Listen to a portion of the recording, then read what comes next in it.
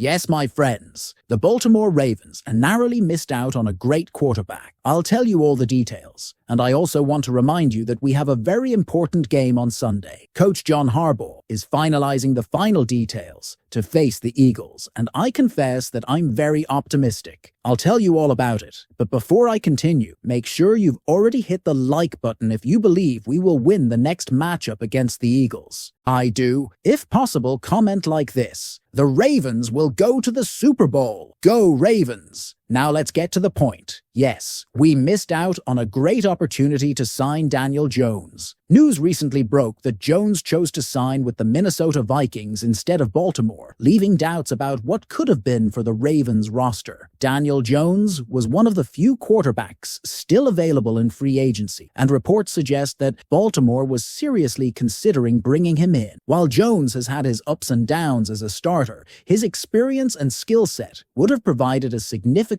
upgrade at the backup quarterback position, especially with Lamar Jackson's critical role on offense. The Ravens are in a situation where having a reliable backup could make all the difference in the event of an injury. Broadcaster Joey Peterson put it bluntly: "Do I think Daniel Jones is a star in this league? No. Do I think his time has passed? Yes. But do I think he's better than Josh Johnson? Absolutely." Peterson went on to express concerns about Josh Johnson's reliability in high-stakes situations. While Johnson has shown flashes of potential, his performances in preseason games have left much to be desired. The reality is the Ravens' offensive system is heavily tailored to Lamar Jackson's unique abilities. That's great when Jackson is healthy and on the field, but it raises the question of whether the system is adaptable enough for a backup like Johnson to succeed in a playoff scenario. Daniel Jones, who led the New York Giants to a playoff win just last year, could have been an ideal insurance policy for the Ravens, particularly at a bargain price of $375,000 for the remainder of the season. The choice to sign with the Vikings instead of the Ravens wasn't just about money. Minnesota's quarterback-friendly system, led by head coach Kevin O'Connell, likely played a huge role in Jones's decision. O'Connell has built a reputation for maximizing the potential of his quarterbacks,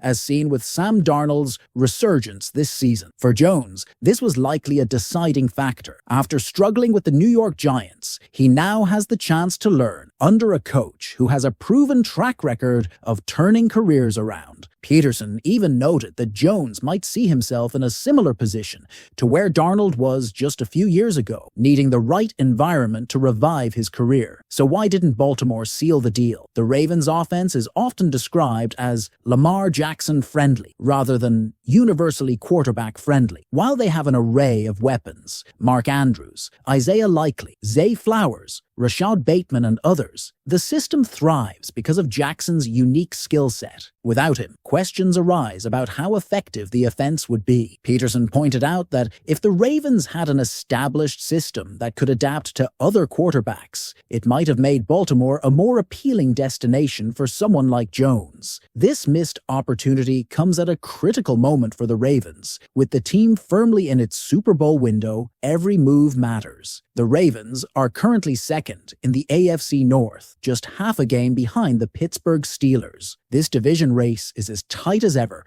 with both teams vying for the top spot. Upcoming games will be crucial, and any misstep could have major implications for Baltimore's playoff seeding and chances at a deep postseason run. Adding a backup quarterback like Daniel Jones could have been a way to solidify their depth and ensure they're prepared for any scenario. Peterson wasn't entirely critical of the Ravens' front office, acknowledging that the decision not to pursue Jones might have been influenced by their limited cap space. However, he also emphasized that the cost, just $375,000, seemed reasonable for a player with Jones's playoff experience and potential upside. For Peterson, this was a move worth taking a shot on, even if it wasn't a game changer. What makes this situation even more frustrating for some fans is the timing. As Peterson noted, media reports earlier this week suggested that Jones might have preferred to sign with Baltimore. NFL insiders like Peter King speculated that the Ravens were in the running for Jones, which makes his decision to go to Minnesota feel like a last-minute shift. It raises questions about whether Baltimore did enough to secure the deal, or if they hesitated too long. Ravens fans, what do you think about this missed opportunity? Would Daniel Jones have been the right fit as a backup for Baltimore? Or do you trust Josh Johnson to step up if needed? Let us know your thoughts in the comments and stay tuned for more Ravens updates. Now, I want to talk about Khalil Mack's shocking comments about Derrick Henry after the game. For context, Derrick Henry had just finished a game in which he had amassed 140 yards, rushing against a Ravens defense that was hailed as one of the best in the league. Yet Mack dismissed him, saying, "I don't think it's hard to play against this guy, and I hope we see this team again." Now, if you're a Ravens fan, or even a casual football enthusiast, you might be wondering, what game was Khalil Mack watching? To put it mildly, Mack's comments felt like a slap in the face, not only to Henry, but to the Ravens' defensive efforts and the overall intensity of the game. When a player rushes for 140 yards, especially against a top-tier defense, you'd expect to be recognized for his dominance.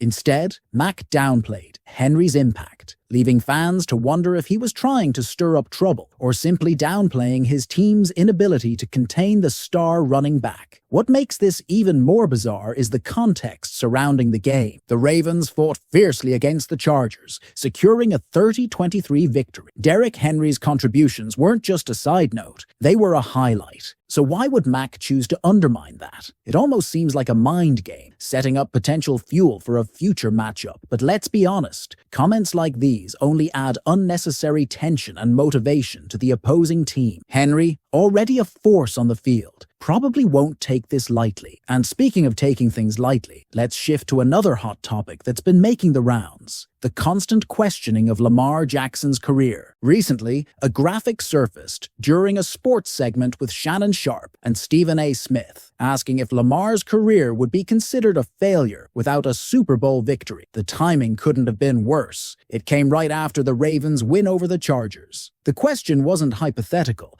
It was another example of how Lamar faces the scrutiny that other quarterbacks seem to avoid. Think about it. Lamar has 2 MVP titles to his name and is undoubtedly on his way to a third, yet his career is constantly put under a magnifying glass. Other quarterbacks with less impressive resumes don't face this level of doubt. Why is that? Is it because of the high expectations surrounding him? Or is it something deeper? Fans are tired of seeing Lamar discredited after every loss or even after wins when he performs well. The man leads his team, secures wins, and yet people find ways to diminish his accomplishments. It's exhausting, not only for him, but for Ravens Nation, who know how much Lamar means to this team. It's also worth noting how Lamar's leadership shapes the team's dynamic. Derrick Henry's usage in games, for example, often depends on the situations Lamar is put in. When penalties force the Ravens into long-distance situations, they are often forced to abandon the running game, leaving Henry's potential impact to the sidelines.